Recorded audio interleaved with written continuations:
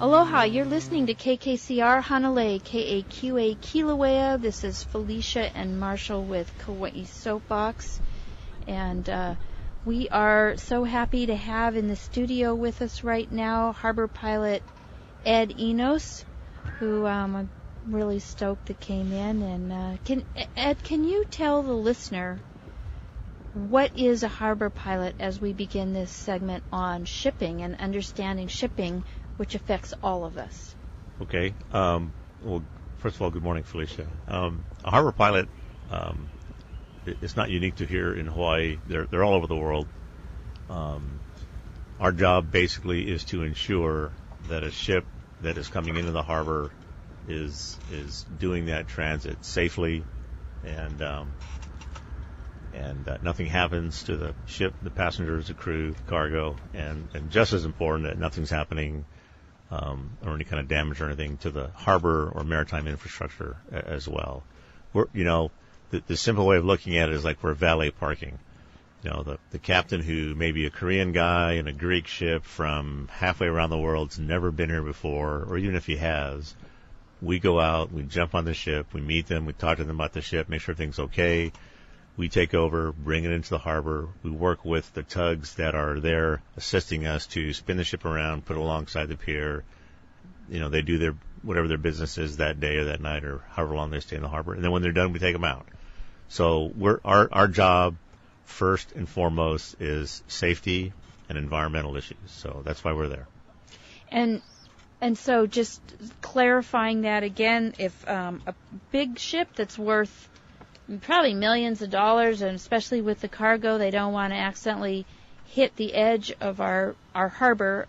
What I learned from Miguel, who is also in here, Miguel Chrisman, who is our tugboat captain, the Kauai harbor has got 2 jetties, right? That makes it a little bit unusual. Correct. It's like an S-turn, basically. An S-turn. So they basically have almost 2 right-angle turns that the boats are making.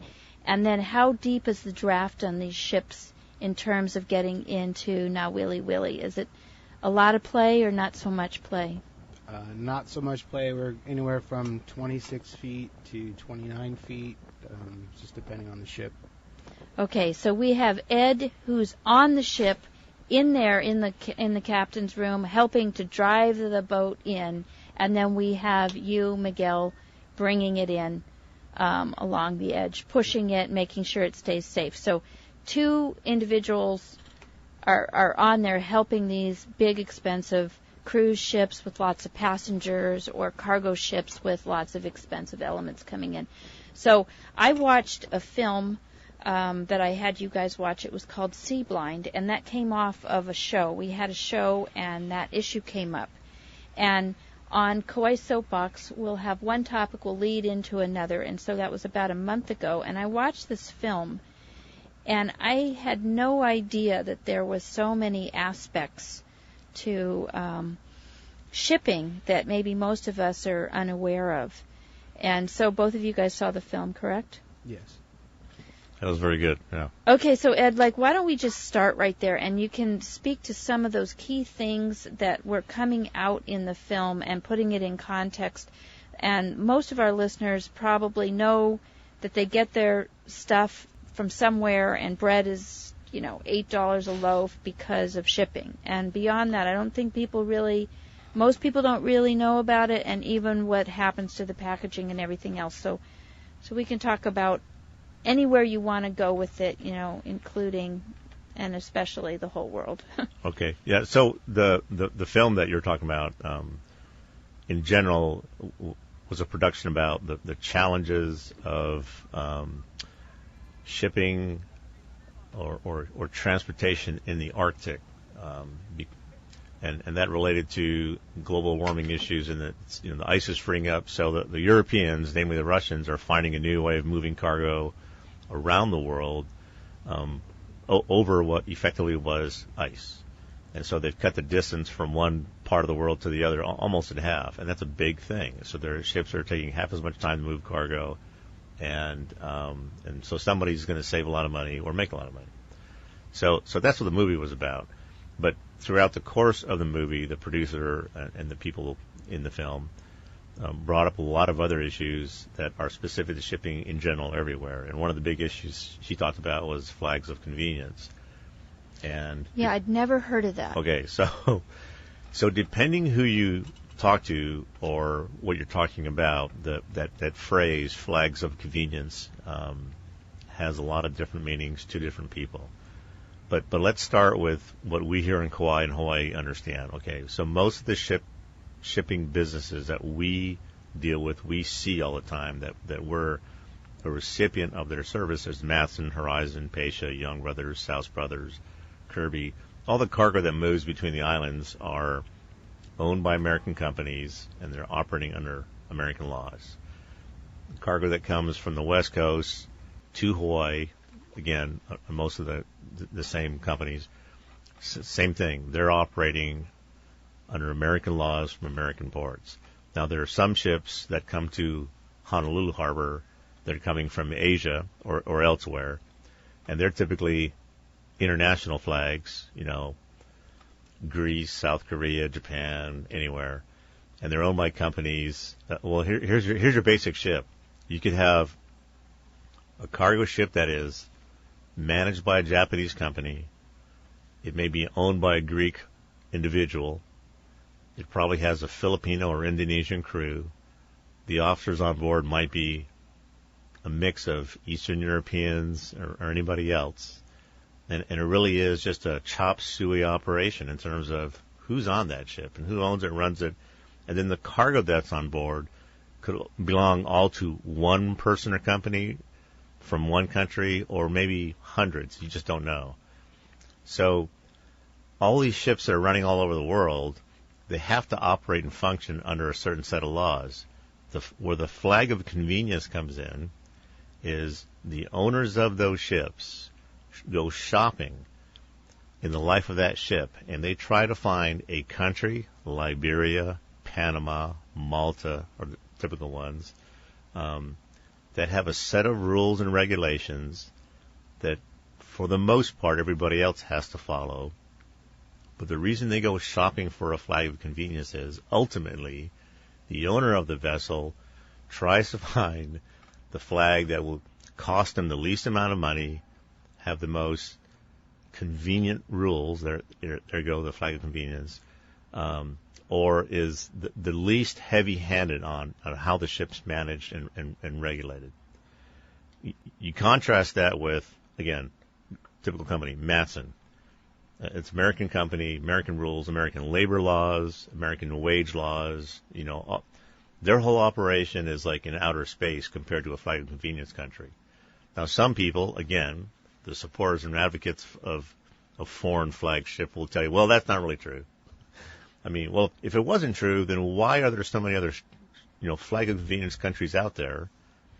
And why do ship owners typically change or frequently change in the lifetime of that ship, what country it's registered in? Well, the answer is because there's ways of them doing that and saving money, and the laws are easier for them to get around.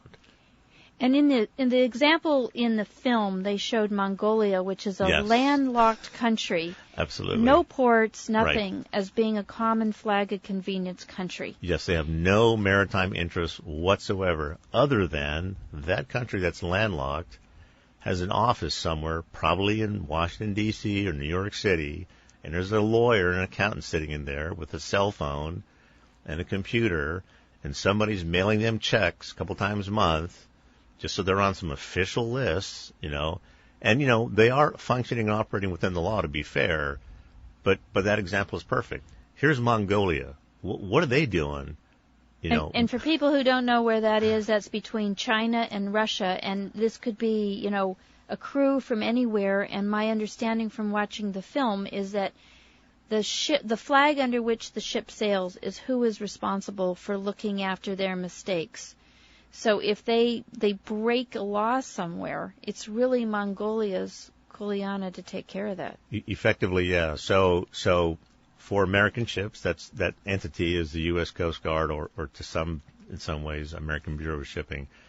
These other flag of convenience countries, you're right. It's like So when these foreign ships are in Honolulu, they're frequently boarded by the Coast Guard. They go on board and they double check, hey, do you have a lifeboat, and does your life raft work, and does the firefighting system work?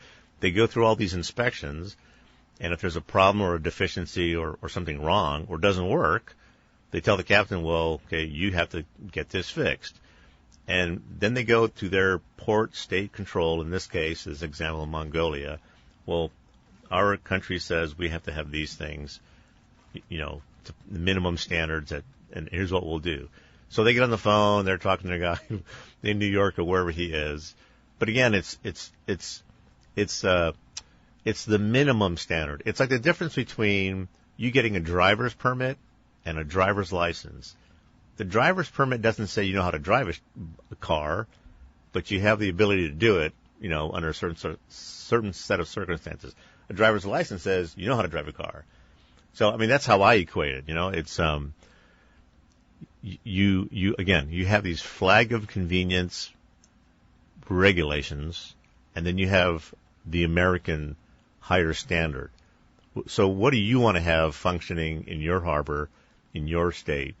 Do you want to kind of hold the bar higher, or do you want to go the bare minimum?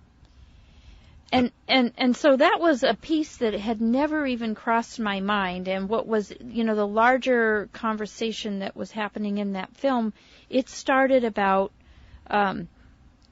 sea level rise and climate change, and basically the point is that there's these sulfur heavy fuels that are in the big ships it's like a thick fuel that works like a lubricant within the engine, so it's good for that. It's cheap. It's the bottom of the barrel, sort of literally and figuratively, and that it puts out a lot of dark soot out of the smokestacks of the ships, and that it was creating what they called black ice, meaning dirt on top of darkness on there, and that it really was just as a hot black street is going to pull more heat in than a white sidewalk, that was accelerating the melting of the ice. Do you see legitimacy in that? I'm sure there's some very valid research to back all that up, and I don't really dispute what the guy's saying. But what I think the film didn't really address, or at least discuss more of, is right now the whole industry is in fact going through this huge change. It is being mandated, and it's very expensive. So there are a set of rules out there that apply to everybody, both international and American.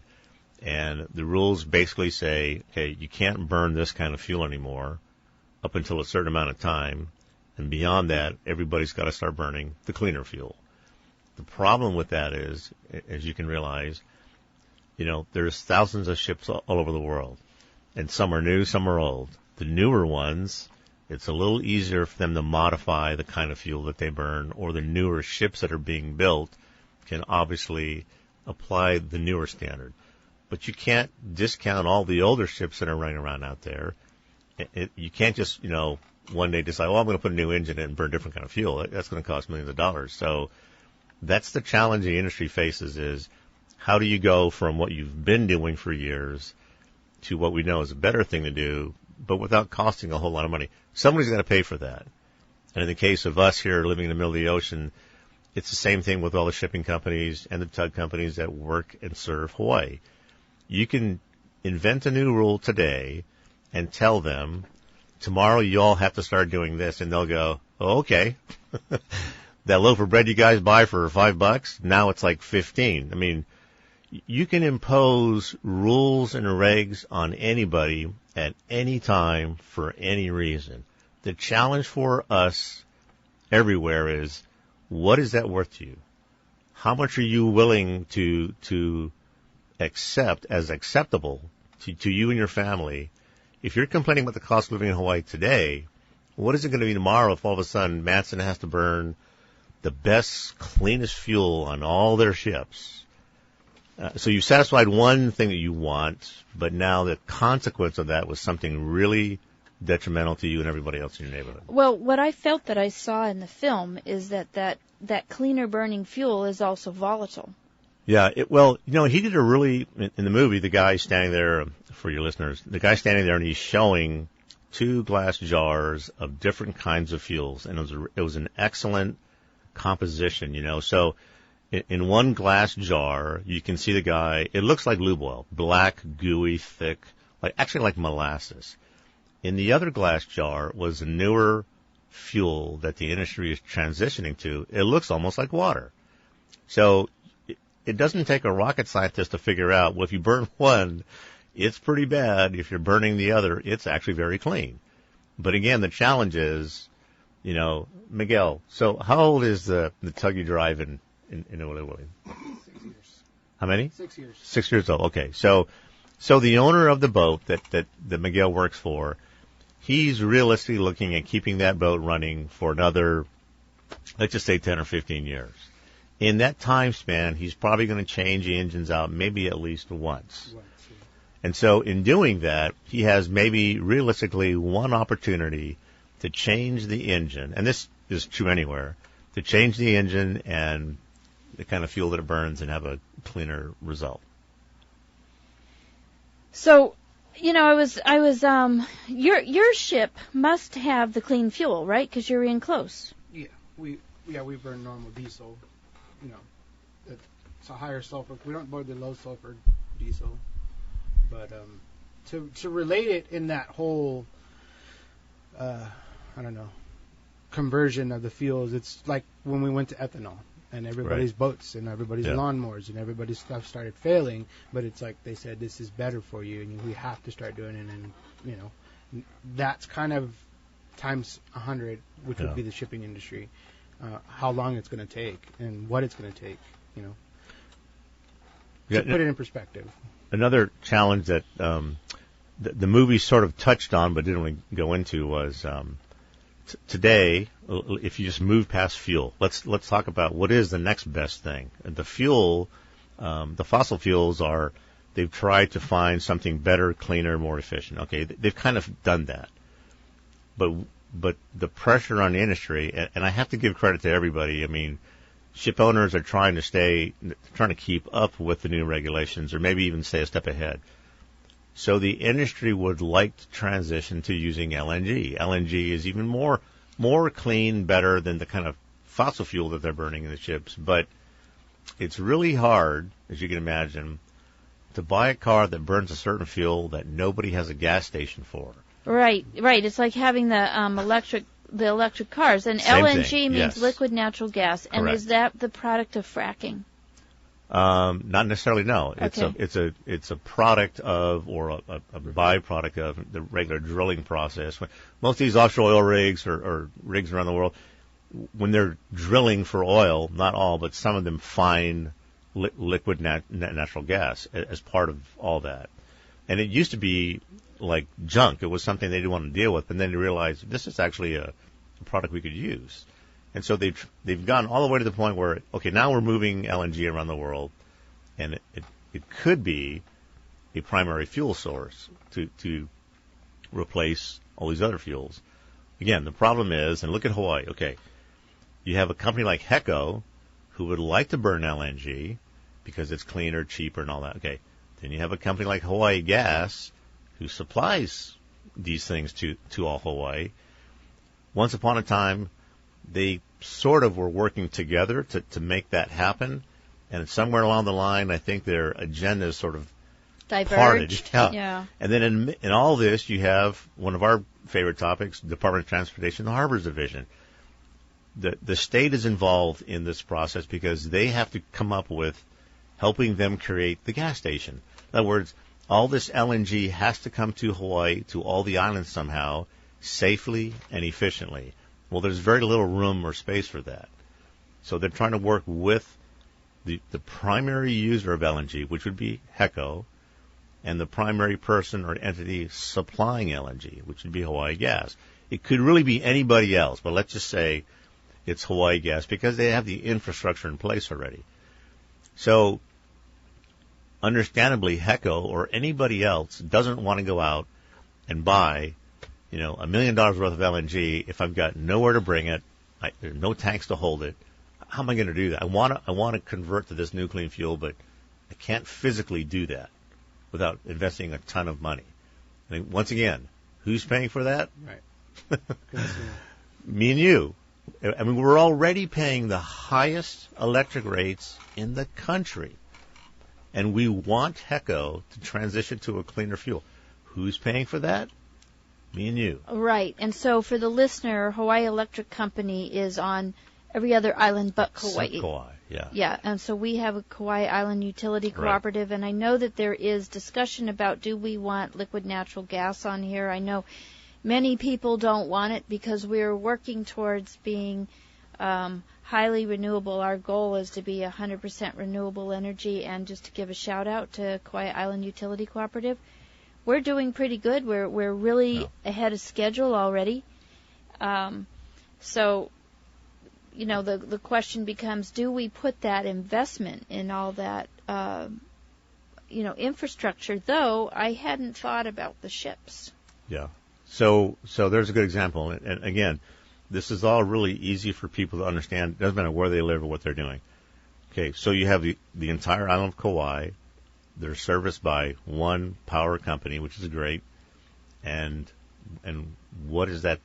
What is that power? It's their diesel plants, diesel generators that are burning diesel fuel that's brought here on a barge that's towed by a tugboat from Honolulu, where the fuel's produced, refined, and brought over here. So again, I mean, you can transition to another fuel.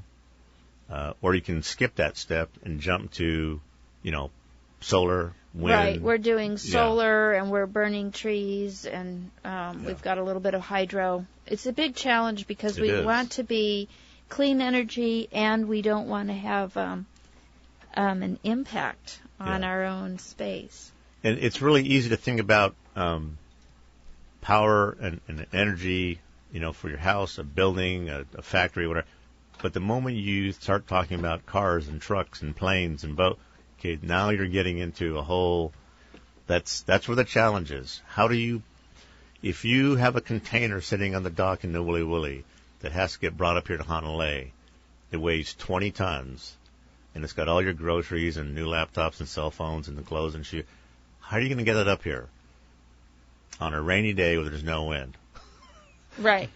So. And that big diesel Peterbilt truck or Mack truck or whatever, that has to have enough horsepower to tow that 20-ton trailer 20 miles. And he's got to do that 3 or 4 times in a day. Now, you can put it on an electric truck maybe in 10 years, I don't know. But, again, there's a cost associated to that. Right. So I appreciate that, because that's one of the reasons I want to talk about this is connecting the dots. And on Kauai Soapbox here on KKCR, Honolulu, KAQA, Kilauea, we work on connecting the dots. And when we're looking at the agriculture industry, and there's been a lot of resistance to the heavy amount of pesticides that they bring in, many people say, okay, we don't want any of that coming in. I'm kind of, on that page. I am on that page, but what I realize is that, if none of that comes in, there will not be any of the other stuff that comes in for the organic farmers, or at least not very easily and very inexpensively, because they come on through the same distributors and the same programs. So we get our good with our bad sometimes. I mean, I don't want to digress into the agriculture thing. I could come up with another way to get around that. But so what I'm learning right now is our ship fuel, I know our diesel fuel, that's like the same thing as the planes run on. What's that called? Well, that's jet fuel, and that's very clean. I mean, in the scale of things, you got diesel kind of towards the bottom, and then gasoline for your car, and then jet fuel. The Kapaya plant, that's like 2 big jet engines is what it's like. Oh, the power? The power plant, yeah. Oh, are they burning avgas down there? Well, that's actually a good thing. It's called something like NAFTA, am I saying? Right. NavGas. Yeah. Okay, well, that's actually good. What's it called? What's the gas called? NavGas. NavGas. Okay. So they use that same stuff there for the Kapaya power plant, which is the newer plant. Okay. But, yeah, so we have to all be sharing these different pieces. And I'm pulling it back to the film again because that's where I learned all these things I hadn't thought about. So, let's go back to the fine convenience thing in the film. That's what you're talking about. So one of the challenges the producer brought up was that, one of the problems is you've got different European countries and Russia and everybody up there running around, and they're different ships from different countries with different concerns running from point A to point B. So everybody has maybe a general interest in making sure, you don't screw up the environment, but how do you regulate that? I mean, who's in charge? Right. But that's the whole point. And in the movie, they show, part of it's Canada, part of it's Denmark, and part of it's Russia. But that's not to say that they're really telling you what to do. That's they have a claim over the area, but there's international ships that are going through that, just like there are everywhere else in the world. So I felt like they used the word like it's the Wild West. It's like the maritime laws are really hard to enforce, and when we see all these marine reserves, like we just expanded Papahanao, Mokuakea, surely that must. Did you guys drive through that area at all? Well, no, we don't function through there. I mean, day-to-day stuff. I know your jobs don't, but I mean these ships. My company does. They do the. Oh, that's right. Yeah. Yeah. That's right. So Miguel's parent company has vessels that operate there, and they're doing research, survey work, and other supplies to Midway. Yeah. But that's an excellent point. Once again, you can make all the rules and regulations you want, but then how do you enforce them, or who pays for that? So we've expanded the whole Northwest Islands region, but who are the people that are going up there making sure that it's actually being protected? That would be the Coast Guard, usually. NOAA supports research ships that go up there, and part of their, I think, effort is to monitor what's going on. And maybe sometimes the U.S. Navy, just because they're in transit through the area. But you can claim all the waters in the world you want, but how do you really manage what's going on there by other vessels? So in that film also, they described about 100,000 ships a day, and they showed what that looked like. And the light map? The light map, and Miguel showed me a really cool app on his phone where he could see what boats were going where, and what I could see was the depth of the business. The depth of the business is really in Asia and Europe, and not much in Hawaii, not much in the United States, and I'm assuming that's somewhat probably because of the Jones Act. I don't know if you... No, okay. That's got nothing to do with it. But okay, we'll talk about the Jones Act later then. But so let's talk about the amount of traffic, and that what we were seeing was that right now, you spoke to it a little bit, if things could go up over the North Pole or going up along the coast around Alaska... You've driven those big ships before, right? The commercial ships. Yeah, I've worked on a variety of different kinds of ships all over the world. Yeah. All over the world. So are you seeing changes? Are you seeing changes in more ships? Melting ice, change of pathways? Well, specifically about the industry, the biggest changes that we've seen are in the size of the ships. And a good example, once again, is Matson. Okay, so the typical Matson ship or Horizon Line ship or Pacer ship that comes into Honolulu can carry basically 2,000, anywhere between, say, 1,500 to 2,000 containers. The basic container you see getting towed down the street. Okay. There are an increasing number of ships that are operating now that are carrying 20,000 containers. I mean, they're not that much longer, but they're bigger in terms of how deep they are, how wide they are, and how high they are. And so I think that's the single biggest thing. And in the movie, she made a comment about that those ships, they're burning, literally hundreds of tons of fuel a day. Well, think about it. You're moving a building through the water, and I mean like a 30-story building, and it's going through the water at about 20 or 30 miles an hour. Why? Because you want your iPhone. When you call Amazon and say, I want my stuff, it's got to go from point A to point B, and you want it right now. So that's what the shipping industry is. It's all that getting a lot of stuff from one place to the other very quickly. You can slow it down. You can burn less fuel. You can have less of an impact. But once again, it goes back to, what do we all want, or what are we all well, accept? and thank you for asking that question, because when I watch that film, I usually feel like I know quite a bit about a lot of things. I'm a generalist, not a specialist, and when I watch that film called SeaBlind, that is available on the internet and you can rent it there, I'd kind of like to bring it here. I felt like I was plunged into cold water on how much I did not know. I mean, of course I know things ship. Had no idea how much stuff ships, and it made me feel like, not to be hard on your guys' jobs, but we should be shipping a whole lot less. I mean, I grow most of my food out of my yard, unless I go out and eat. But, I mean, mostly I hardly have to grocery shop. I don't have very much garbage as a result from not going out and shopping a lot. We consume so much, and it's kind of crazy that we import so many things. I don't know why we have to do that. Why everything has to run all around the world? Because maybe maybe there's a whole other area that we need to be thinking about. Well, Miguel, put the mic in front of you. I don't want to keep dominating the conversation. But no, I agree with that. To me, that's one of the solutions that could work, where we start producing all of our own goods. Yeah. Not all of them, but a majority of them.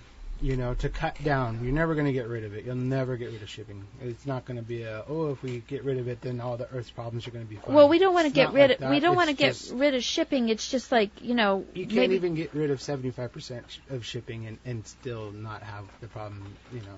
The same problems that we have today. So it's not going to be. Yeah, it's never going. It's it's not going to slow down.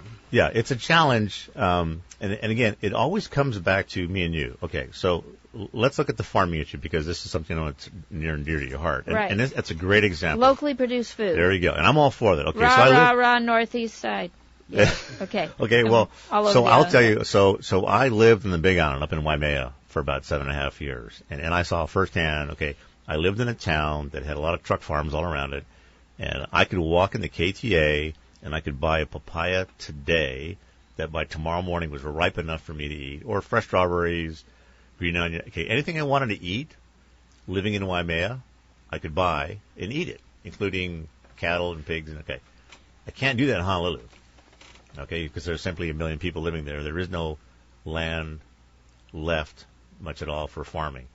The land on Oahu that was zoned for farming, that the farmers and even the politicians all get around and say, yeah, we're going to hang on to that land. That land's zoned for ag. Okay, well, meanwhile, you have all these other people over here going, but we want a house. And the land here is so darn expensive that the median price for a house here is what? I don't know. $1 million. Yeah, $700,000. Okay, so then the politicians say, okay, well, we're going to take some of that ag land, rezone it for affordable housing, and now you'll have your almost reasonably, cheaper house. So all that ag land on Oahu kept getting smaller and smaller. You know what? There is no more ag land there. I mean, it's just not effectively. Okay. Certainly not enough to feed the Correct. People that are there. And I have to believe, I don't live here, I don't know, but I have to believe that same issue is happening on all these islands. So we all agree, we all understand, and I support hanging on to ag land for exactly what you're talking about. I should not have to ship in cucumbers and tomatoes and lettuce from California. I should be able to buy that right here fresh, okay? I can't. Why? Because, it's easy to say I support farmers and I support the ag industry, but you have to go to the voting booth and you have to say, I support guys that will say I will not change the ag land zoning, and then actually stand by that. Right, and we have something even right now, this window of time, our county council is looking at the process for how we define important ag lands. And, that's really critical, too. When we've defined those, they end up with different tax bases and different elements right. that make it easier to hang on to it and hopefully have better rules and better ways of doing it. But when we look at Hawaii, prior to contact, there was at least as many people here, and they pulled it off. So that's the important part is that we look at what our Kanaka Maoli did, our traditional culture did. Not that anybody is saying we need to go into peely grass huts because I find probably very few people really want to do that. But I'm big on looking at how did our traditional methods work, how can we do less, and even if you just look 100 years back in the United States, before we went into this crazy consumer society where you have to have, some people, I don't. Some people have a closet full of shoes, But you're a girl, so you should have 2 closets full of shoes. I know, but like here, I've got a pair of pants on that's probably 12 years old and a shirt that I've had for 5 years. It's like, do we need to buy something all the time? Because that's a big part of the problem. Exactly. We're so dependent on shipping and what we bring in here, and yet sometimes we talk about when the barges stop coming. Oh, excellent, yeah. So how likely is that? What kinds of things could cause that to happen, and how resilient is the shipping industry? Well, that's an excellent question, and Miguel, you're going to jump in here soon. Okay, so for right now, as a matter of fact, this past week, it's something that's very critical here to all Hawaiian Islands. Everything comes into Honolulu on a ship, usually. It gets taken off, placed on a barge, and then the barges go to the neighbor islands. In Kahului, in wintertime, big, huge northerly swells and the wind sometimes close out the harbor. So the YB guys will leave Honolulu knowing it might be kind of marginal going in, and they'll get up, the tug captain will get off board and go, I ain't going in. It's just too rough and dangerous. So guys like Miguel will go out there and, they'll be standing by, but it's the captain's call, like, I'm not going in today. Okay, so now they're doing donuts off Kahului for at least 12 hours or the next day, whatever. Okay. Meanwhile, everybody's going to Foodland and Safeway like, hey, man, where's all the rice? Where's all the toilet paper? The shelves are empty. So it begins on the West Coast with all the ships bringing stuff to Honolulu. If the ship leaves late, there's rough weather, whatever, okay. They're timed to arrive in Honolulu around the barge schedules. Stuff gets taken off the ship, placed on the dock, shuttled over to YB's yard or wherever, and then it's moved to the neighbor islands.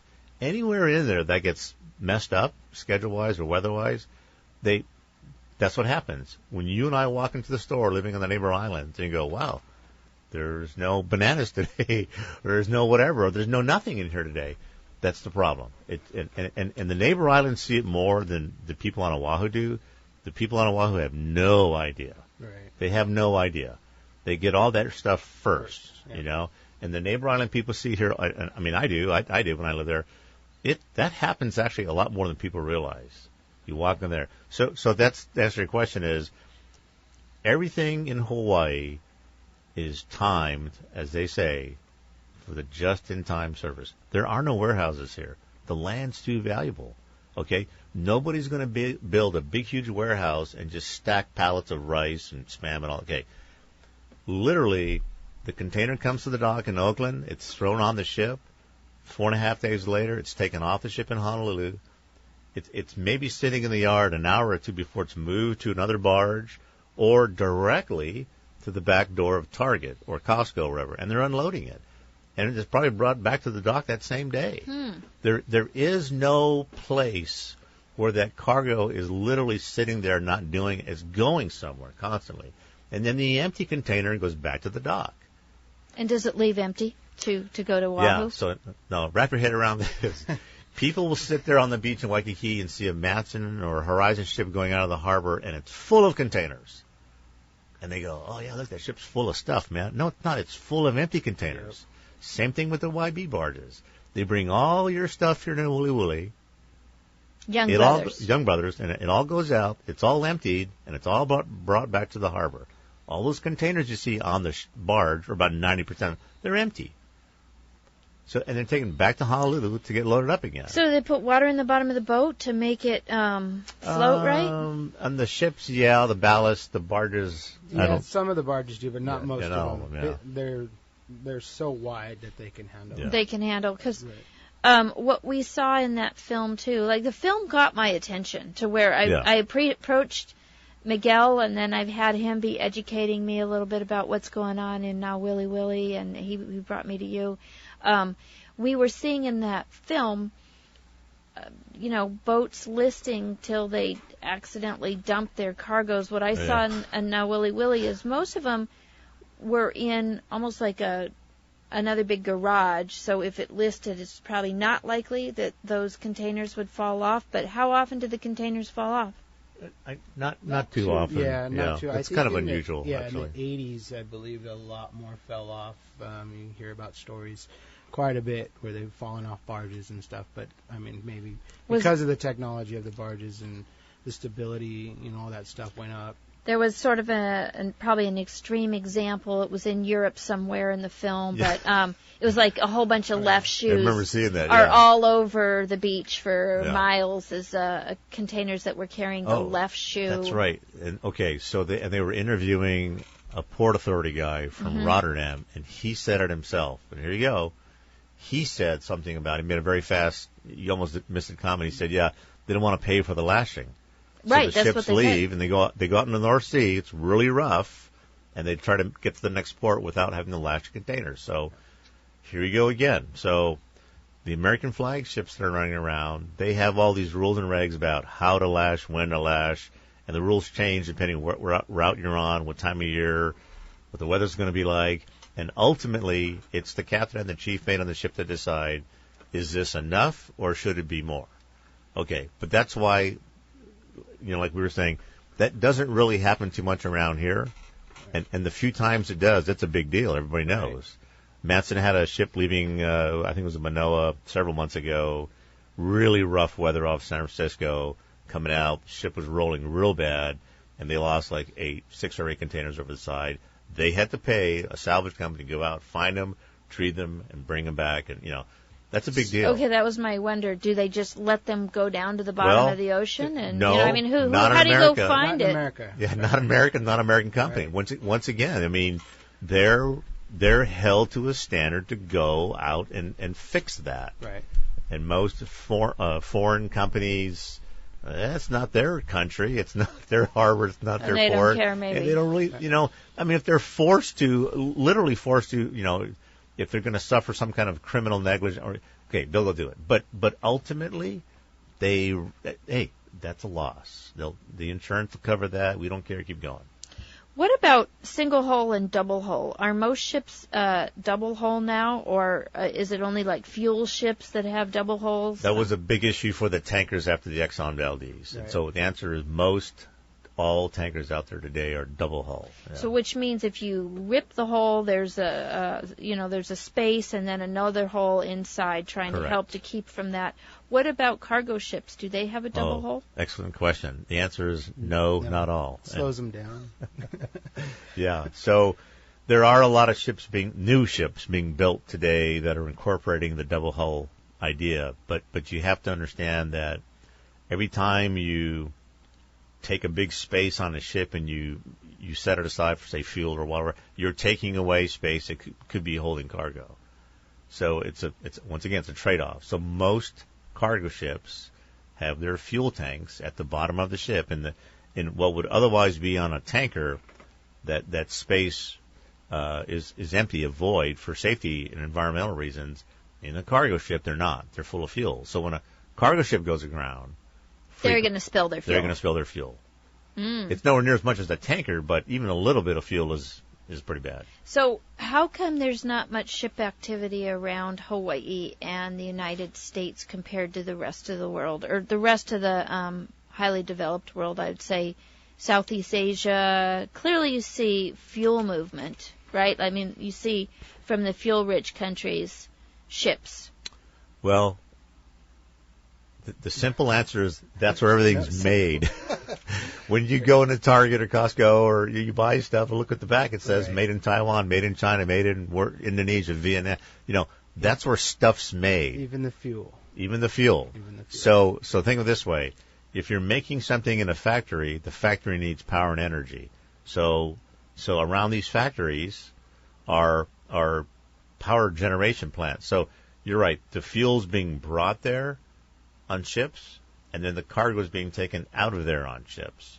And every time either one of those ships comes in, they have to leave. So that's why you're seeing that real cool. I wish I knew what that website was. It's a visual thing. So you can see these really bright, well lit paths by Singapore and through The Suez Canal the Suez area. Canal, yeah.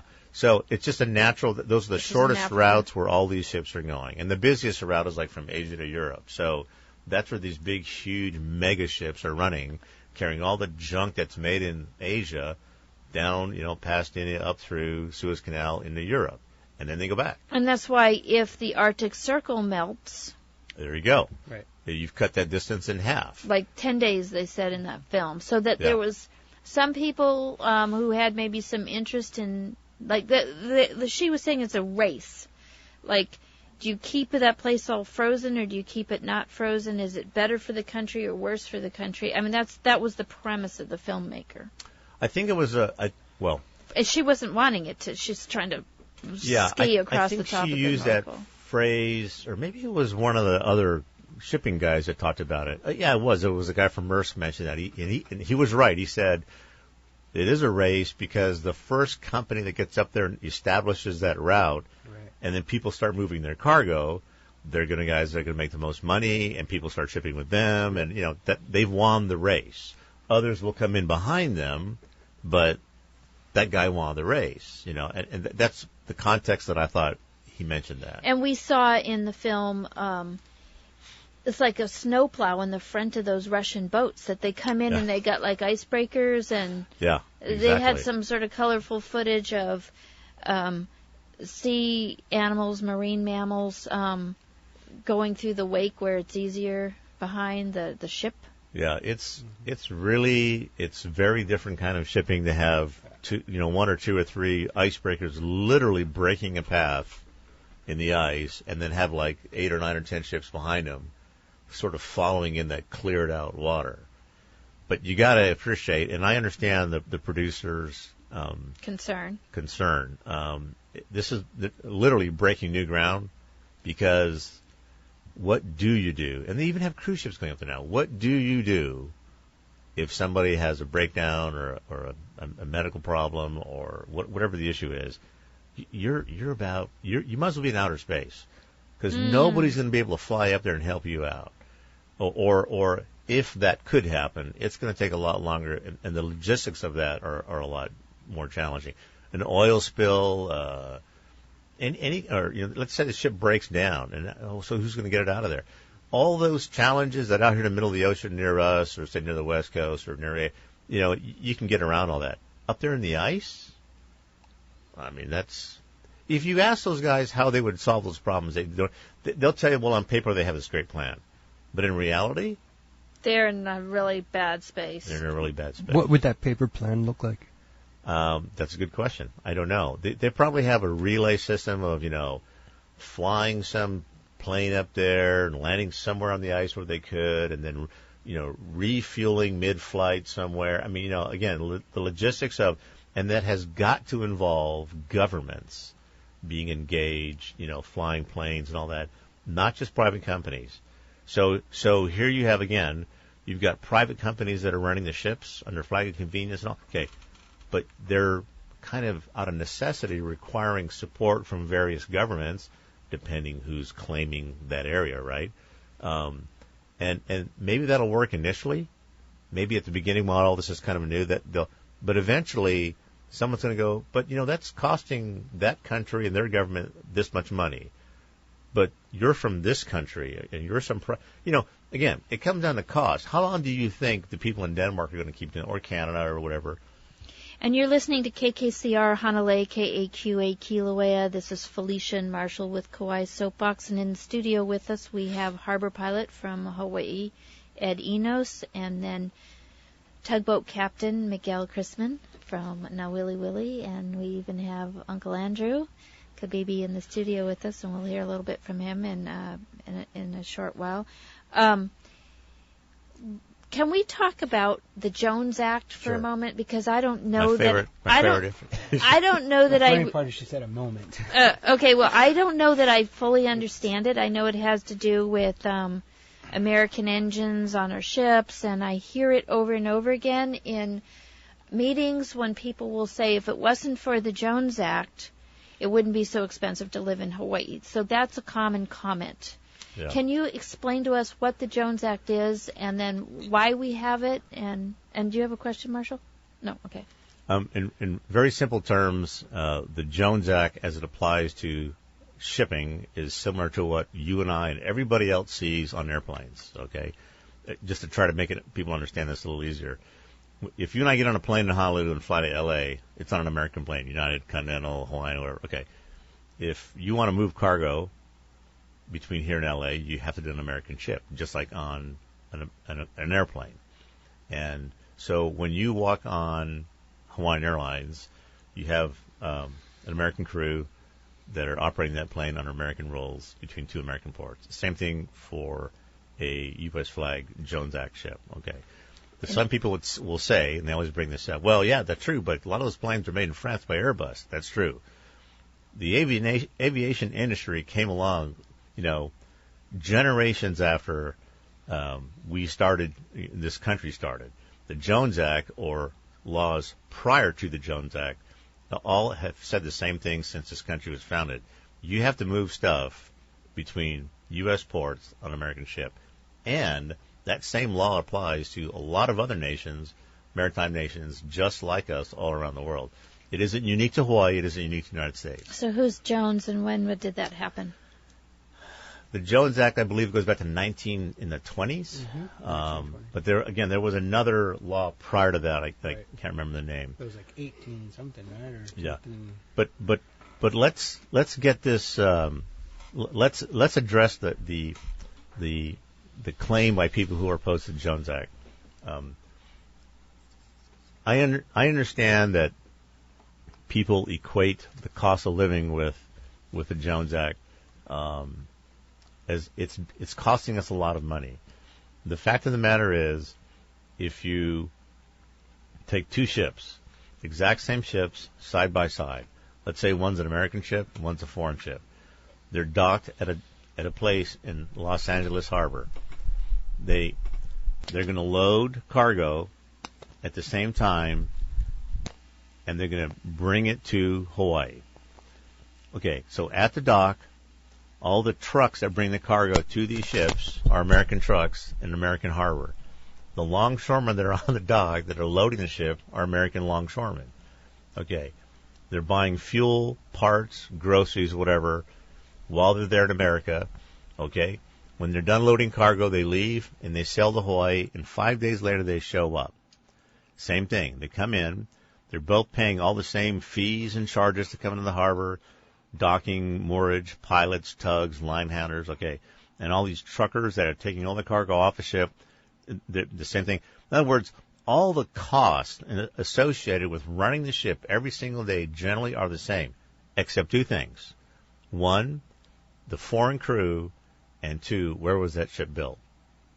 Mm. So on the foreign crew side, obviously, yeah, most of these ships now are hiring. It used to be Chinese. They used to be the cheapest guy on the list. Okay, now it's Eastern Europeans. I go on ships every day where half the time they're like guys from Romania or Russia or Ukraine or Croatia, and those guys are making a couple $100 a month maybe. That's the standard. Okay, that's not to say anything about their training or education, but they're the lowest people on the wage pool. And again, these go back to flag of convenience. Rules and regs. The other aspect of this is the ship they're on was likely built in China or South Korea or something like that. So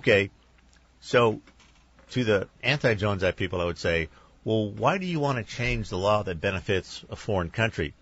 Aren't you interested in changing the law such that it benefits me and you as Americans or American businesses? Instead of changing the law, why don't we change the rules that American ship owners and American companies can compete at a more, even level?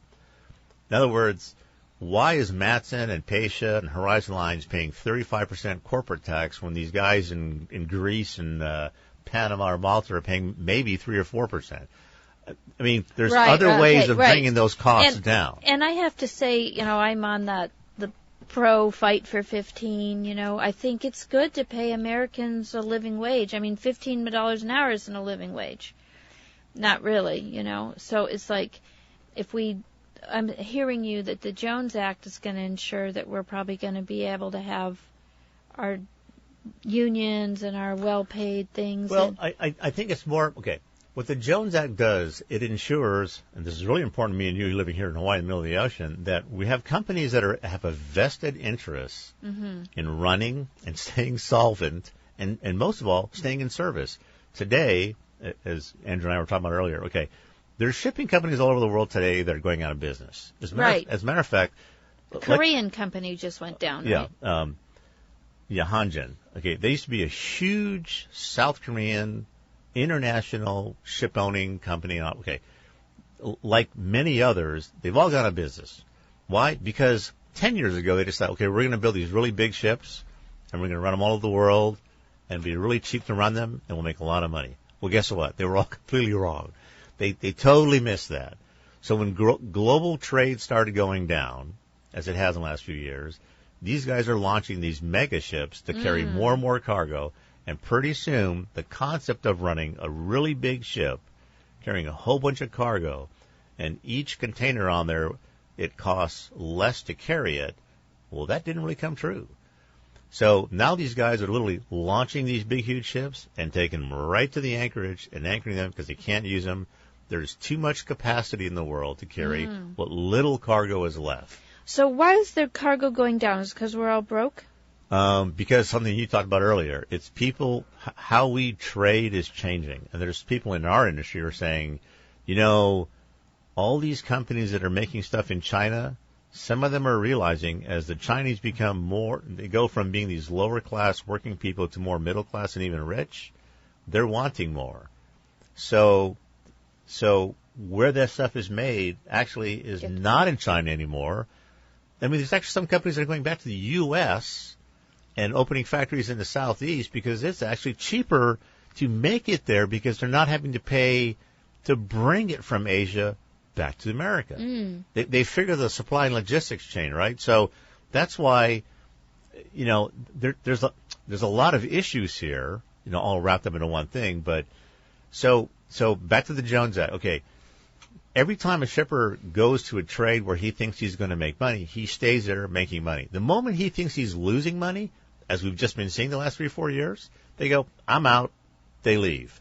There's too much competition, or I'm not making money here, I've got no business staying here, I'm leaving. Well, Matson's been here 100 years, Horizon Lines has been here as far as I've been in business, Pasha's been here since 2005. Yeah. I mean, these are American companies. They hire local people. I mean, half the guys on these ships are from Hawaii. Young Brothers is a local company. So, once again, these people have, it's not pure profit motive, which most of these anti-Jones Act guys would tell you. They have a vested long-term interest in their community, their operation, their business, their employees. We live and work here, and I want to keep my job for the rest of my life. If the owner of the company back in, you know, Seoul or in Rotterdam or wherever this guy is goes, yeah, that ship's not making any more money. We're going to move that to a different trade lane, which is what happens all the time, every day. Well, we saw DHHL. No, what was it called? There was a shipping company that was out of Europe, like UPS. I think it was. It had three. I want to go. That's Department of Hawaiian Homelands, but I think it was the same acronym. They shut down at the same time that Island Air had shut down, and we had a handful of freight companies. You know, things that was in 2008, I think. In 2009, we had a number of shipping companies inter-island. Right. And between here and the United States, they stopped shipping. Yeah, that's a good example. I try to relate all this to the airline industry because not very many people know anything about ships, but everybody flies, right? Everybody flies. Okay, so and I know this opens up a big can of worms, but once upon a time we had Hawaiian and Aloha. Now it's pretty much just Hawaiian. So yeah, that's what I meant. Aloha Air went closed. Aloha closed. Yeah, and whether you like it or not, or you know you're a big fan of that whole thing. Once upon a time, you had a company that had been here for many years, and at that time, it was so bad. This is in the middle of Super Ferry and all that, too. Everybody was competing against one another and driving the price down, which is exactly what happened with the shipping industry. These guys, and even still today, there's shipping companies out there, these foreign flag guys, that are trying to undercut everybody else in order to hang on to market share. And some companies that have cash can survive. The other companies, and Hanjin was one of them, big company, they couldn't manage it. They're out. Okay? So how do you see the stability of the shipping industry? Is it vulnerable right now? Is it, but everybody's got this demand, so, I mean. I think for Hawaii, for the Hawaiian Islands and the Hawaii trade from the West Coast, it's very stable. And again, that just underscores my point. These companies that are serving Hawaii, both locally in our island and from the West Coast to Hawaii, that it's a non-issue to us. Well, help me with that, because 20 years ago, maybe longer, I would see those ships leaving, like Matson's, and you can tell when a ship has got a full cargo. They're leaving loaded, and they're leaving now light. They're leaving with empty containers. They used to leave with heavy shiploads of sugar going away. Well, yeah, there you go again. Okay, so they shut down sugar here, maybe 9 years? Yeah, they just shut down Maui a couple months ago. So you take all these ag products away, or the ability to make or grow or produce anything here, then the stuff starts going away. The ships are leaving full of empty containers. That's what I was saying earlier. It doesn't take that much business sense to know it would be better if they were full in both directions. Right, because you and I are paying for a round-trip ticket. Okay, imagine flying to I want to go to the mainland, so I buy a ticket from here to L.A., but I'm paying for a round-trip ticket. That's the challenge that living in Hawaii. That's what we're doing. When you pay Matson or Pacer or Horizon or even Young Brothers to ship something from point A to point B, you actually, in reality, by necessity, you're really paying for that ship or that barge to go back empty, because who else is paying for that? Do they usually take most of the pallets back with them? Yeah, so everything that comes in has to go back. Yeah, the containers, the flat racks. You can stand on the dock here in Oli Wuli and watch the barges and most of the barges going in and out. And again, you'll see on the deck of the barges, some cars and trucks and some pallets of some stuff. And that's not to say, and don't misunderstand me, that's not to say everything's always empty. But whereas the barges coming into the harbor are probably 100% full of something, they're leaving with about 90% of those things empty. And it's the same for Matson. They're taking a little bit of stuff out, but for most part, they're kind of going back empty. So I used to say on a regular basis on this show, I'd say, we'll be fine if they cut the line, is what the goal would be, because sometimes I'm wrong. This is the thing I was wrong about. I had learned about peak oil, and I was paying attention to peak oil, and which meant that we've taken out more of the oil out of the ground, more than the halfway point. So I was thinking, okay, we better be careful, because there's a problem around the corner. And I went to a fracking conference in Oklahoma City, oddly, a couple years ago, and then I went, okay, no, we're not out of oil. We're an oil glut. We're in an oil glut around the world. And until I went there and just looked, I actually thought, they're lying. How can it be that we have all this oil? So Felicia's owning it. I was wrong. But where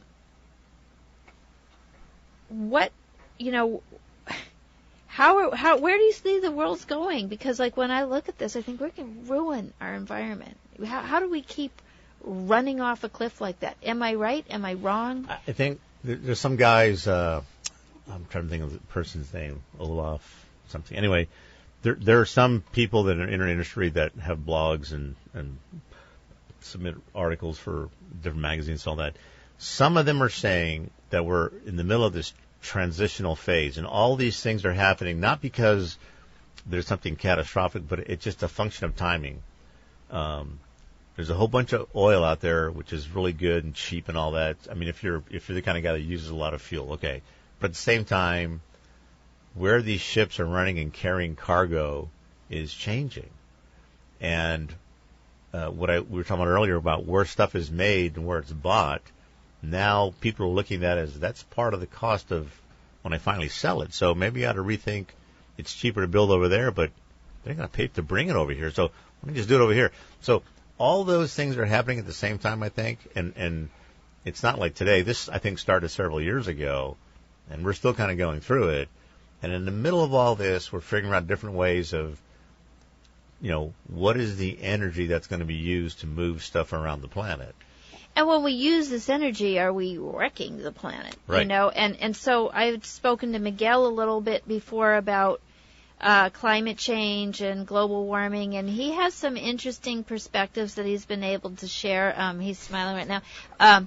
It might be another show where we go very deep on the climate change discussion, but for either one of you, I want to let Miguel answer first, and then Ed. And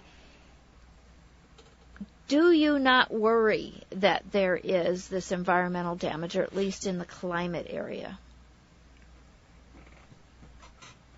No, I don't.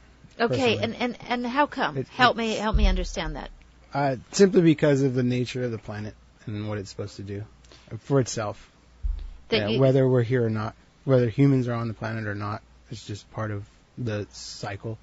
Okay, because I know when I look in my yard, I can create climate change just by cutting down a noni tree, and I see how it's a real thing, and I'm looking at Marshall because he helped cut down that tree. It brought some sunshine into an area where I wanted to put an herb garden, but now the soil there is dry instead of wet for the most part.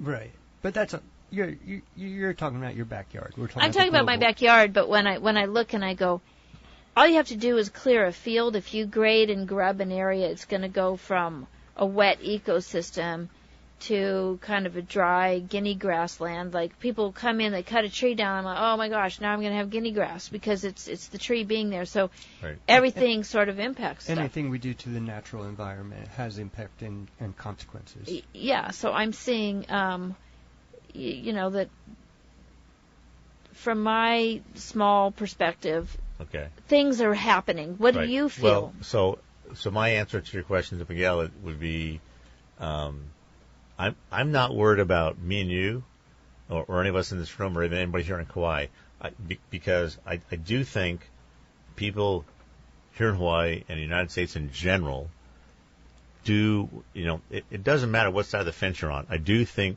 because of who we are and our education and all that, I think we're aware of the issue.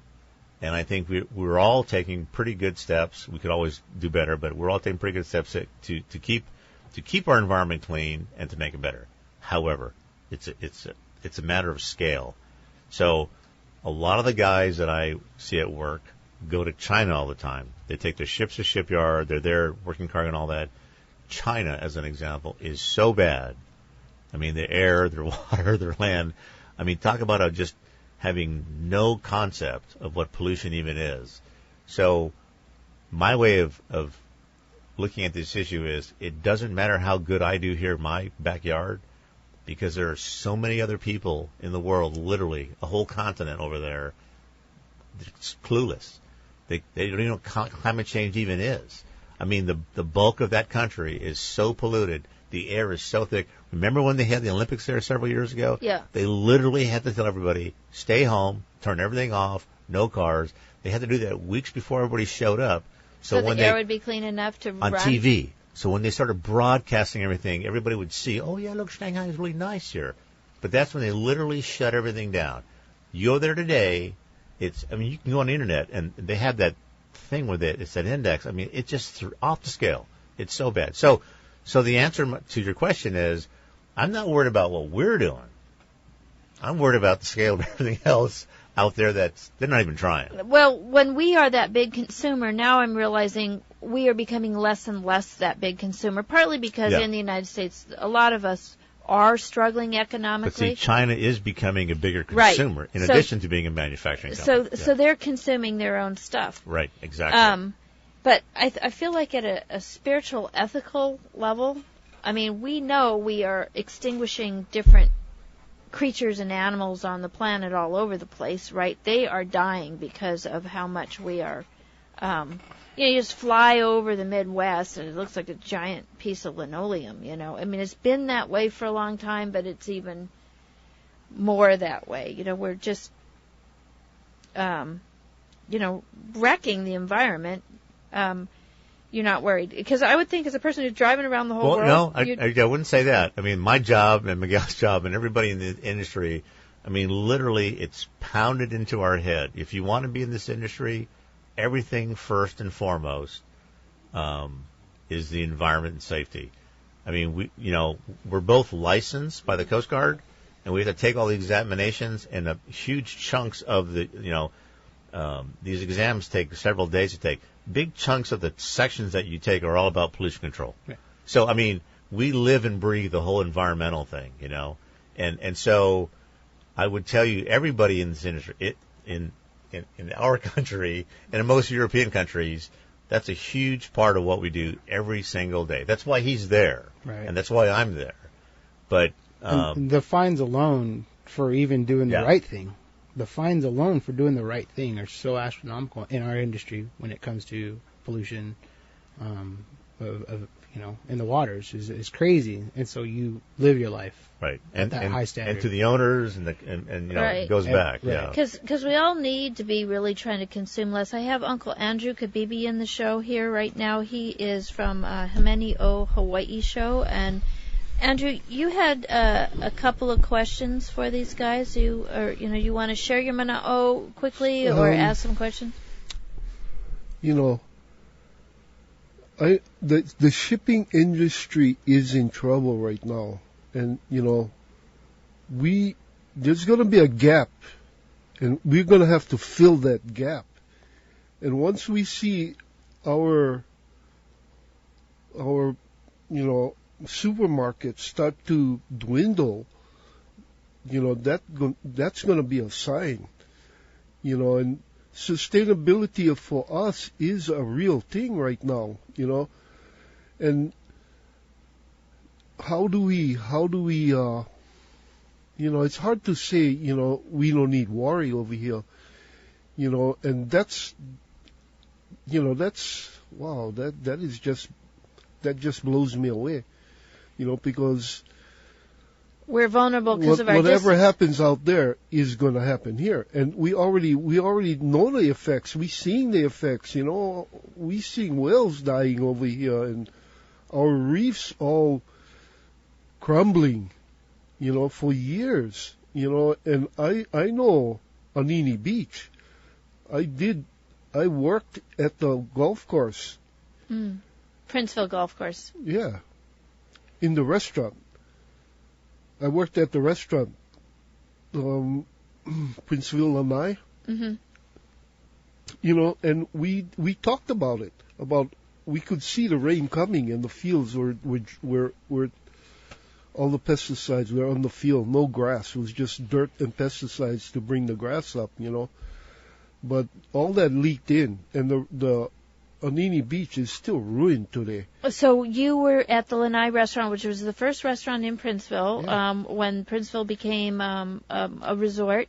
So you're saying you watched the original build of the golf course, and at that time, beforehand, Anini was more healthy than once after. Oh, you just cannot imagine how healthy that reef was. It's just, it's like sitting in this room. When you go down to the bottom, you just go through different chambers in each room and get different fish in each one, and on the bottom, the turtles just filled the whole bottom of the ocean. It was amazing. But, just looking at that tells me, we in trouble.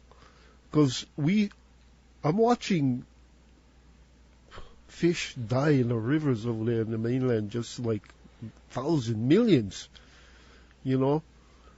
Yeah, we do see. We went through that. I seen that, we could have, oh man, it's just. And if I say nothing, then, that makes me wrong, but I thank you guys for you guys' work and all of that, and we need to prepare. It's, for me, because I am who I am as a Christian, I believe that, we are seeing Bible prophecies come true, and we preparing, and it's all about the good and the bad. We've come to that point where we're looking at each other and, you're going to heal me or you're going to kill me. Well, Andrew, would say that your words are especially ring true for Hawaii. I mean, as the only island state in the United States, we have to, and you guys saw this because you suffered through 2 hurricanes. You have to understand something today. We see it all the time because we're in the industry. You guys survive on this island, and even Oahu, because stuff's brought in at any given moment for any reason. It could be another natural disaster. It could be war. It could be a war. Okay, so if North Korea goes off one day and decides to just shoot something, okay, the ability to bring stuff to Hawaii suddenly is gone. And people on the neighbor islands, I think, have the more opportunities to sustain themselves, survive, get by, help each other out because they have the land and the water. I think that is something that people just have to be prepared for. And by that I mean the politicians. You can stand there and tell people, well, we got to get ready for this. So many times I was born and raised in Lee my whole life. I've been hearing this stuff, but no one really gets it. We do in the industry because I know, and you guys have probably seen it too, it doesn't take much for the gas station line to show up when one barge doesn't get here on time. Well, so can you imagine if there's never going to be any more barges anymore? How are you guys ever going to get around the island and do all? And again, this is everybody throughout the whole state. And it's the same thing for Oahu. I mean, people who live in a condominium can't go to their neighbor and say, "Do you have food to exchange?" That's why I say, you people in the city, you just cannot imagine what's going to happen to you, and I can see them coming here to take what we have, Except how they can get over here. That's right. They're going to get over here. There's millions of boats over there, and they, 1 million boats. But they need fuel to get here. So a lot of them sail. Yeah. Right. Everybody's sailing. And we sail the ocean. We have families in every nation on this planet. We own the ocean. We know the ocean. The Kanaka Maoli people, the Polynesians. We've talked to these people from first contact, but they wanted us to listen to them. They didn't want to hear what we had to say, in everything they did, even in the Word. Here's the Word, here's the Bible. Yeah, okay, let me see. And we study that, and wow, you're not living to this Word. What's up? Okay, you know what, people? Don't tell them that we know they're not living up to this Word. We just keep praying.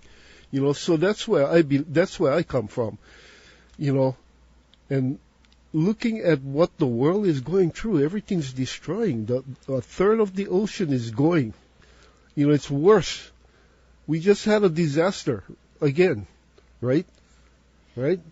Well, which one? I mean, there's so many disasters. In Japan. Oh, okay. With Fukushima. Fukushima. Yeah. It just happened again, and it's worse, twice as bad as the last one. Because of the stuff they had put in there was a little bit more, contaminated. It was more, Right. We have these layers of problems. Yeah, those rods. Fuel rods, spent fuel rods. Yeah, was more active than the ones they were using, trying to close that thing up. But, we've done some, we need to come to our knees and ask for forgiveness. I truly believe that, once we start loving the island again and start understanding in our minds, knowing that we need to fix this up, then He can help us. Well, I think then we can understand what we need to do. But if we keep saying, "Oh, no need worry," how are we going to learn?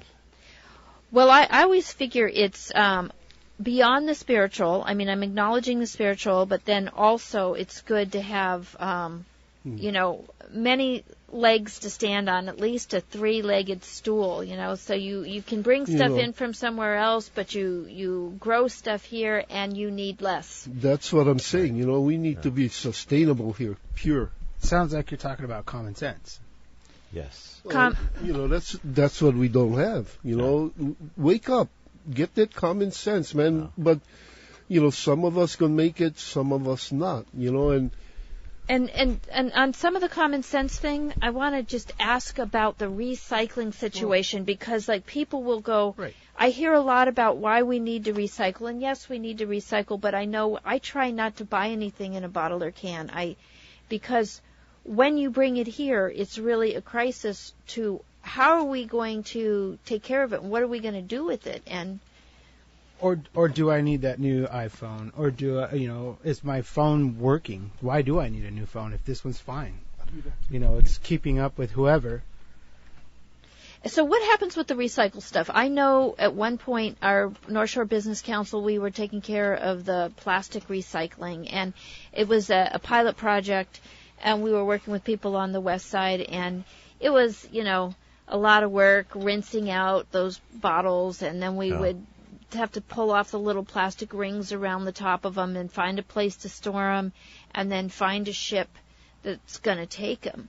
There's a lot harder things to deal with than the plastic recycling. Do you see much of the recycling products, and where does it go, and how do you manage it? It's interesting. There are companies, that I know on Oahu that accept stuff, plastic, glass, cardboard, paper, and all that. And a lot of that, I know for a fact a lot of the paper, cardboard stuff gets brought in, compressed, bundled, and placed back into a shipping container. And it gets taken back. The plastics and glass, I'm not real sure of, but I've always assumed the same thing. So it's either taken back to the U.S., West Coast. Sometimes to China. I know we'd be sending them to China. Asia, yeah.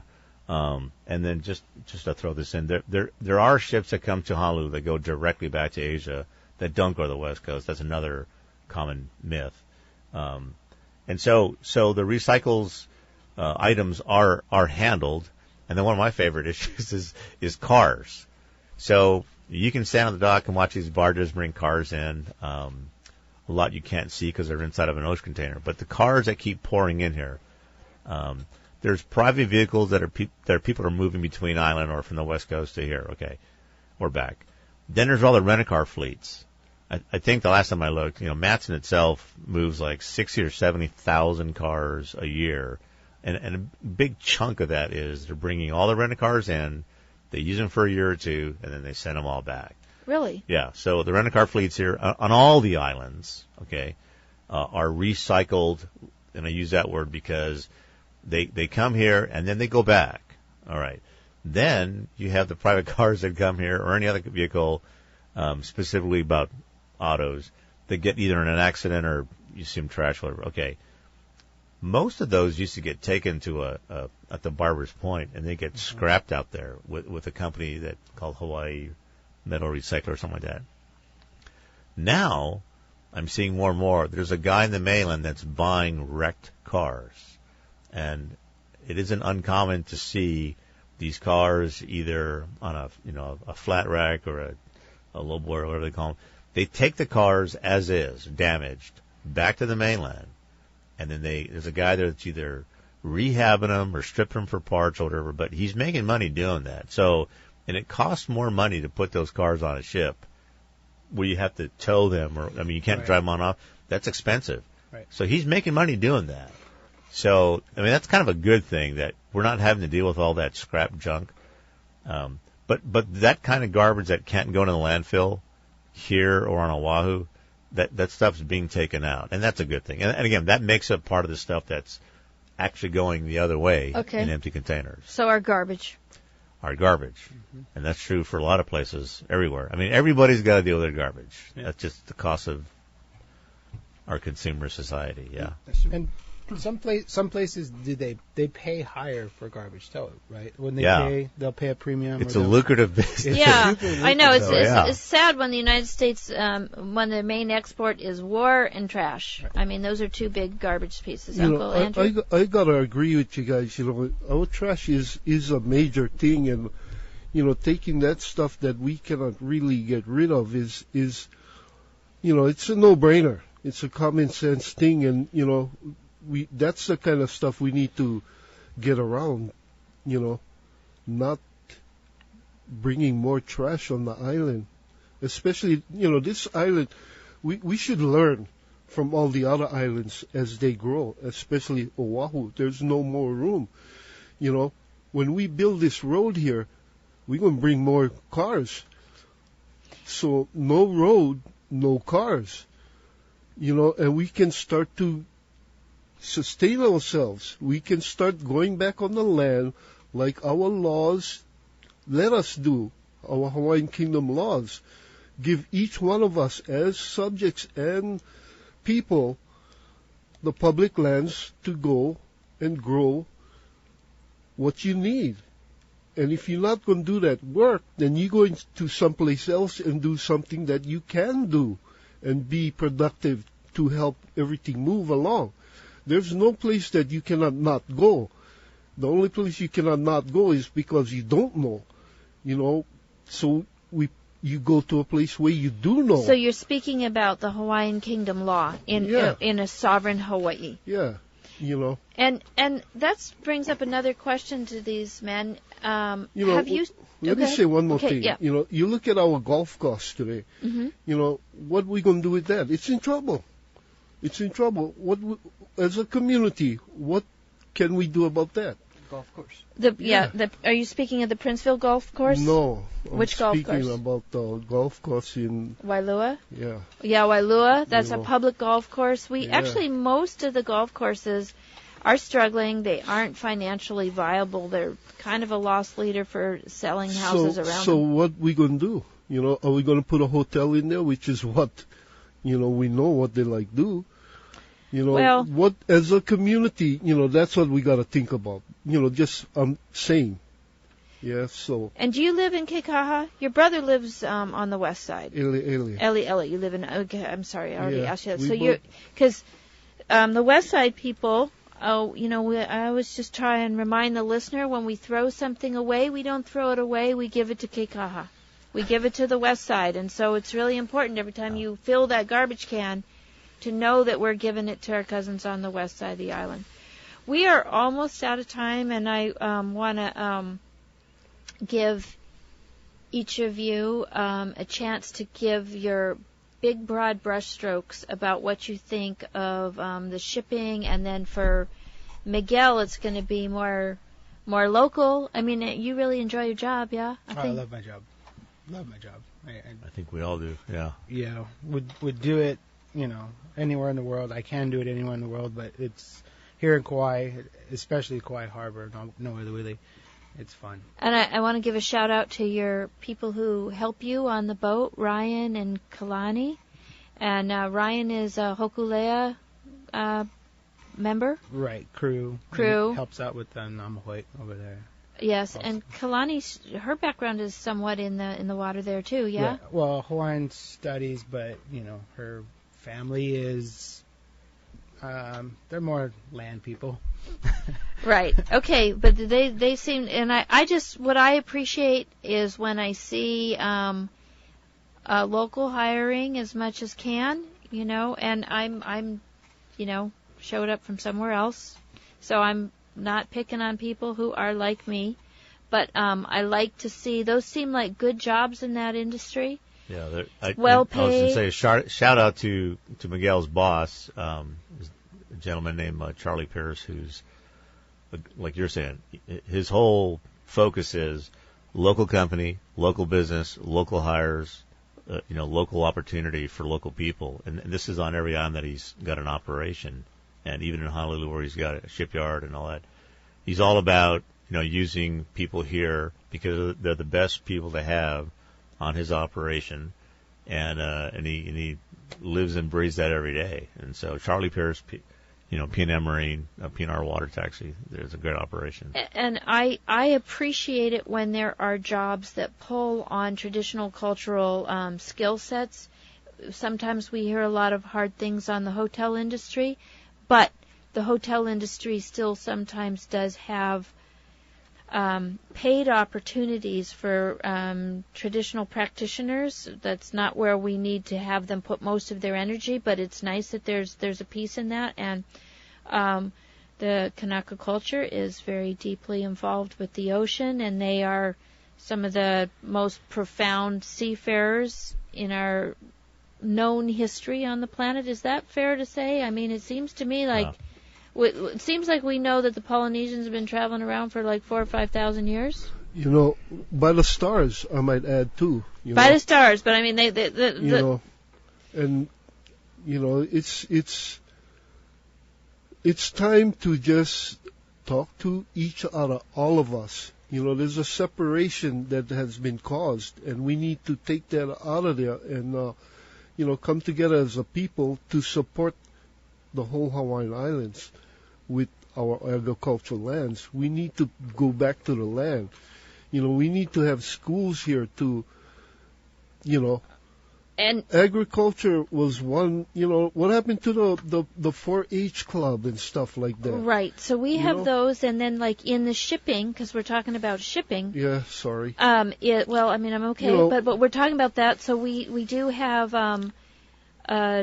Sea Scouts. Yeah, seems to be something beautiful program. People learn well from. And I would also say it's important to get this in because there are 2 organizations on Oahu that take people from the Outer Islands as well. One is MariMed that runs a maritime explorations program, which gets people off the street and into this industry I want to work on a tug, or I want to work on a ship. So you have an opportunity to do that. You can go to MariMed online and look at that. There's another program that I sit on the board for, Kanehunamoku Voyaging Academy. They take high school level kids. Kids are all getting all turned on by these voyaging canoes and paddling and all that. That's great. That's an excellent tie into their culture. They're great seafarers, right? What do they do when they get out of high school? They got nothing. So we're trying to bring the industry that has a demand for people like this. And well-paid jobs. And well-paid jobs, and it's a whole career. So we've got these programs in both Kanehunamoku Voyaging Academy and MariMed. You go online, look them up, get your kids involved. But the point being is, like Andrew's saying, and you're talking about, there are great people here that the companies here want to hire here. They don't want to hire guys on the mainland and pay to fly them over here, work, and then fly them home. They'd rather do that here. But we don't have the resources to train and educate people here, but we're trying to do that. We're trying to meet that demand. So Tongue Point. And Tongue Point, yeah. That is, they pay for a lot of their local Hawaiians to go get trained. And there's a lot of guys there right now, as a matter of fact. Yeah, a lot of Hawaiians. Yeah. I work with a lot of them that graduated those programs, and now they're working on tugboats. And real quick, because I know we're running out of time, but I've said the names of a lot of these companies that Miguel's bringing up too, that utilize some schools in the mainland, the union schools and Tongue Point and all that. Matson, Pasha, Horizon, Young Brothers, South Brothers, Kirby. Those are all companies, and I know the men, Glenn Hong and Vic Angoko, those guys. I know these guys that too often, too much, they get a bad rap in the media here. They're all local people. They work here, they live here, they got families here. They support the concept of hiring local people and local, vendors to service their companies. These guys all have a long-term interest in seeing Hawaii as a whole state, survive into the millennia. Everybody here, it's our industry. Again, it's safety and the environment, all that stuff. I know things happen. I know accidents happen. That's the nature of our business. It is dangerous. It's a high-risk operation. You're handling hundreds of millions of dollars worth of ship and cargo and crew and all that. It's high risk. But more often than not, every single day, it happens without any problems. And even honoring the Kingdom of Hawaii, it still is Hawaii, our chain of islands, whether it's a state or a kingdom or however. I like to look at it as I go, we got a dual reality. I will honor that we have had maybe a less than Pono occupation, and that there is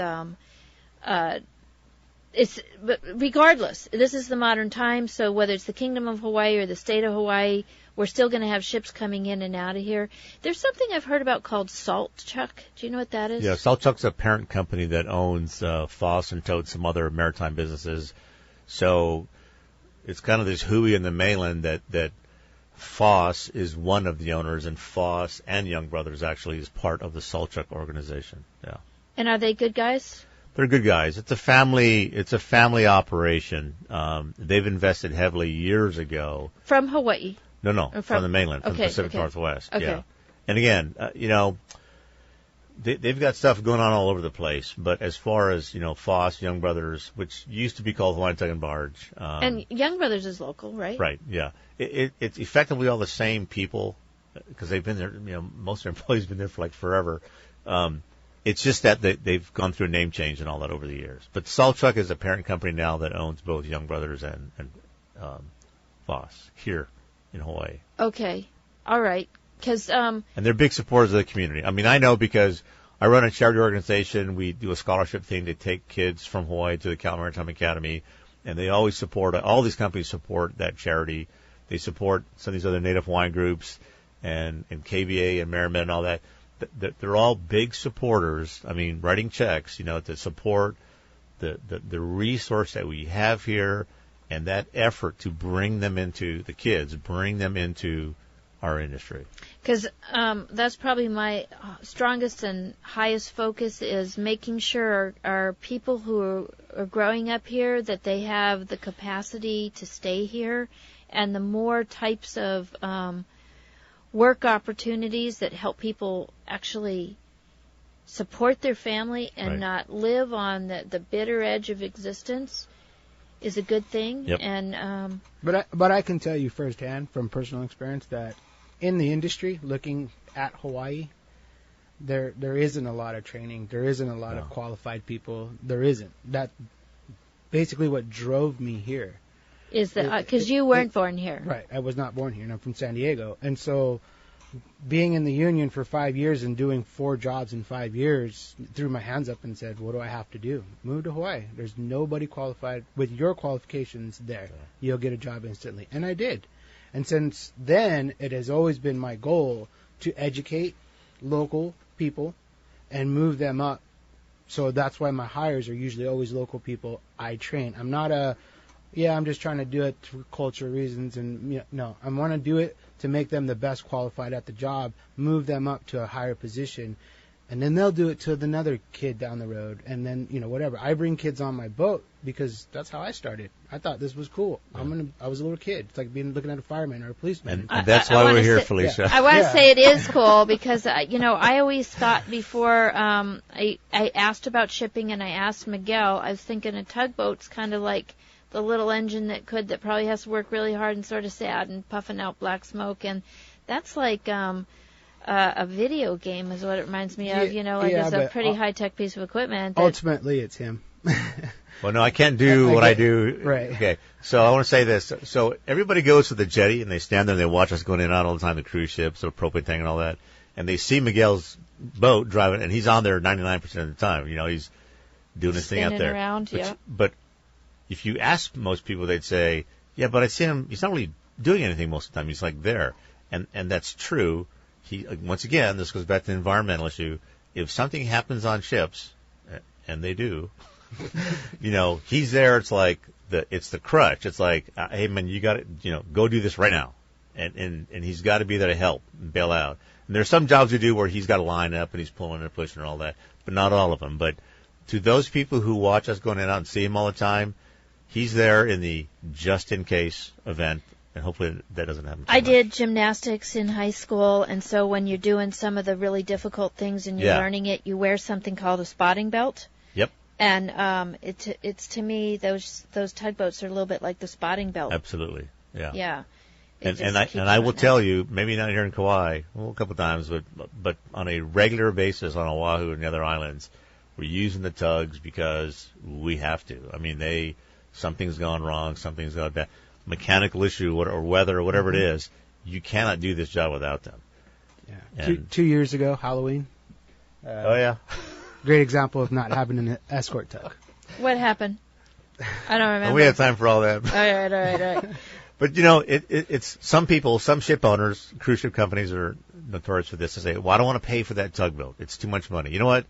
Whatever that tug costs, relative to the consequence of not having it there, and after a big accident, that was pennies. So having them there all the time, it's the smartest thing we can do everywhere. Yeah, and I know, when I have gone to Kauai Island Utility Company, cooperative, when we go in KIUC and I look at the power company and all the work that's going on in there, It's just a few people really making all our lives work. Yeah. Airport, same thing. Up in the air traffic control and those pieces, a few people making all our lives work. Down there at the harbor, few people making all our lives work.